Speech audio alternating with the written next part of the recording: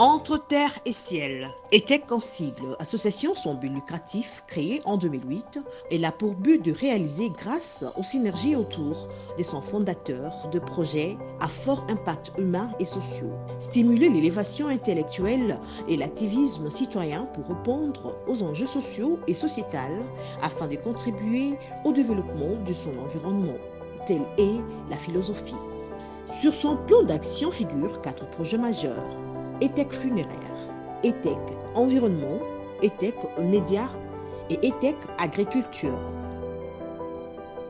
Pour ce qui est ETEC agriculture, elle a comme objectif de créer des villages agricoles modèles, VAG en sigle, des sites d'exploitations agricoles intégrés avec la pisciculture, l'élevage et la culture maraîchère. Ces villages deviendront des centres de formation agricole afin d'orienter à petite échelle les productions locales et identifier pour favoriser une production agricole nationale contrôlée tant dans la qualité de la production que dans la régulation du marché en organisant les filières et zones de production.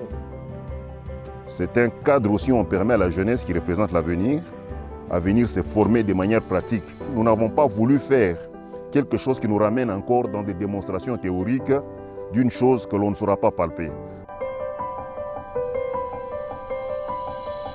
Ce site pilote est situé dans la commune de Sélé, à 50 km de Kinshasa, et qui peut être développé sur toute l'étendue de la République démocratique du Congo.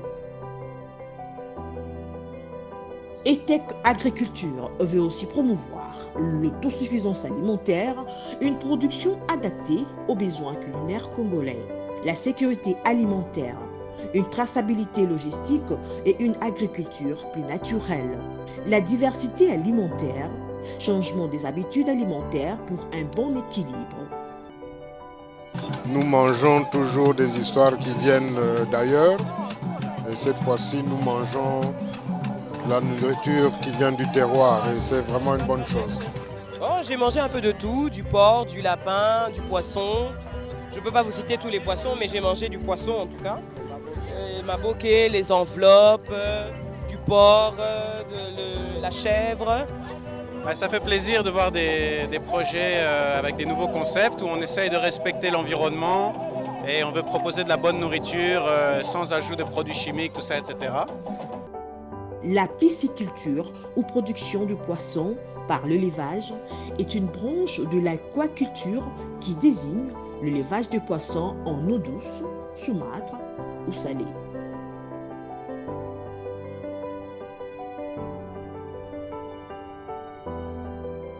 Nous avons 2000 mètres carrés d'espace piscicole et là-dessus, nous avons mis 3 options différentes de pratique. L'option 1, c'est aménager justement les étangs, aménager les bassins dans lesquels nous sommes en train d'élever les poissons qui sont d'ailleurs de très bonne qualité et dans un environnement où l'écosystème nous gérons nous-mêmes. Il y a l'option 2, nous sommes en train d'expérimenter l'aquaponie, qui est une très bonne technique où on associe les plantes aux poissons. On crée un cycle et c'est une bonne technique. Il y a non seulement dans sa partie restreinte où on fait des kits que toute personne qui partirait d'ici peut mettre dans sa maison et commencer à produire, mais il y a lieu de le faire aussi de manière un peu plus élargie. Et ça, c'est une autre option. Et la dernière option, c'est un laboratoire de production des alevins qui a pour objectif de pourvoir dans tous les besoins des semences. Et là-dessus, nous avons particulièrement la production des alevins de tilapia et des alevins de clarias. Voilà les 3 axes qui caractérisent notre pisciculture.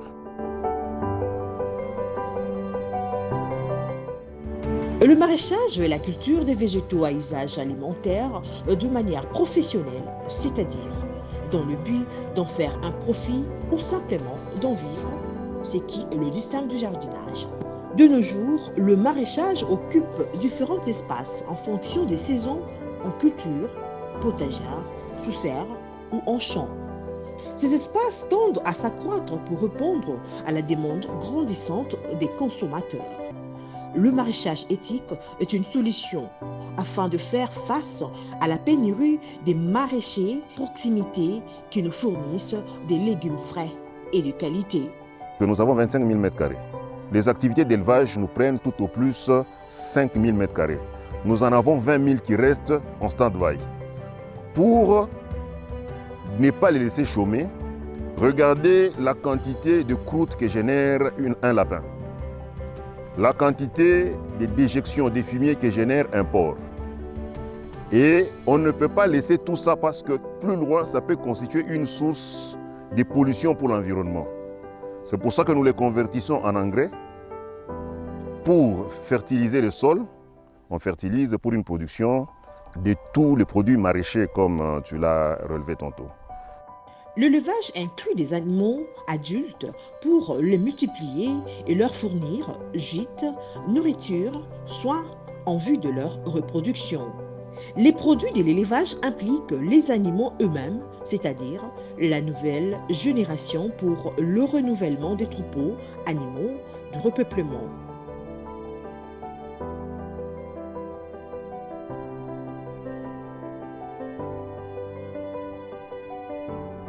Nous avons les landraces et les piétrins que l'on a fait venir spécialement de la Belgique.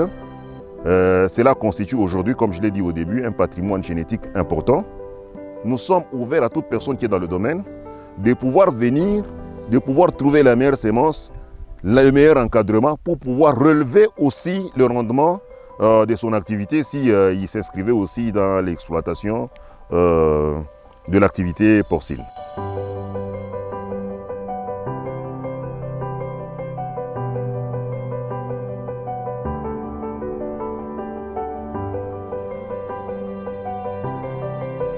Nous pratiquons ce qu'on appelle l'élevage à l'air libre, où nous avons des moutons, où nous avons des chèvres, où nous avons des canards. Évidemment, ils sont dans des enclos, il y a des enclos prévus pour canards, pour bien les gérer. Donc nous avons cette activité qui est aussi un autre outil d'apprentissage pour les personnes qui viennent en formation chez nous. Nous permettons aussi aux animaux de vivre dans cet écosystème qui est très favorable. Au-delà de ces activités phares, le site pilote tente à être un centre pédagogique pour attirer classes découvertes à connaître ce secteur d'activité important mais sous-évalué.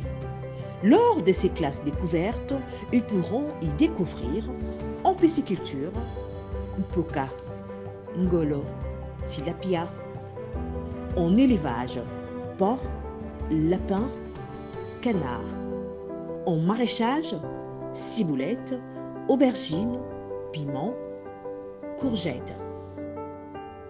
J'espère que les personnes qui auront la possibilité de tomber sur ce document comprendront qu'à travers nous, ils ont un partenaire avec qui ils peuvent se lancer dans une expérience, de qui ils peuvent s'inspirer pour davantage être motivés à pouvoir s'investir dans ce domaine, de sorte que toutes les théories que nous sommes en train de déclarer deviennent une réalité matérielle et que la vie sociale de notre population soit à ce niveau relevé et que nous ne soyons pas réduits au niveau rien que de la nourriture, mais que nous soyons capables d'affronter d'autres défis.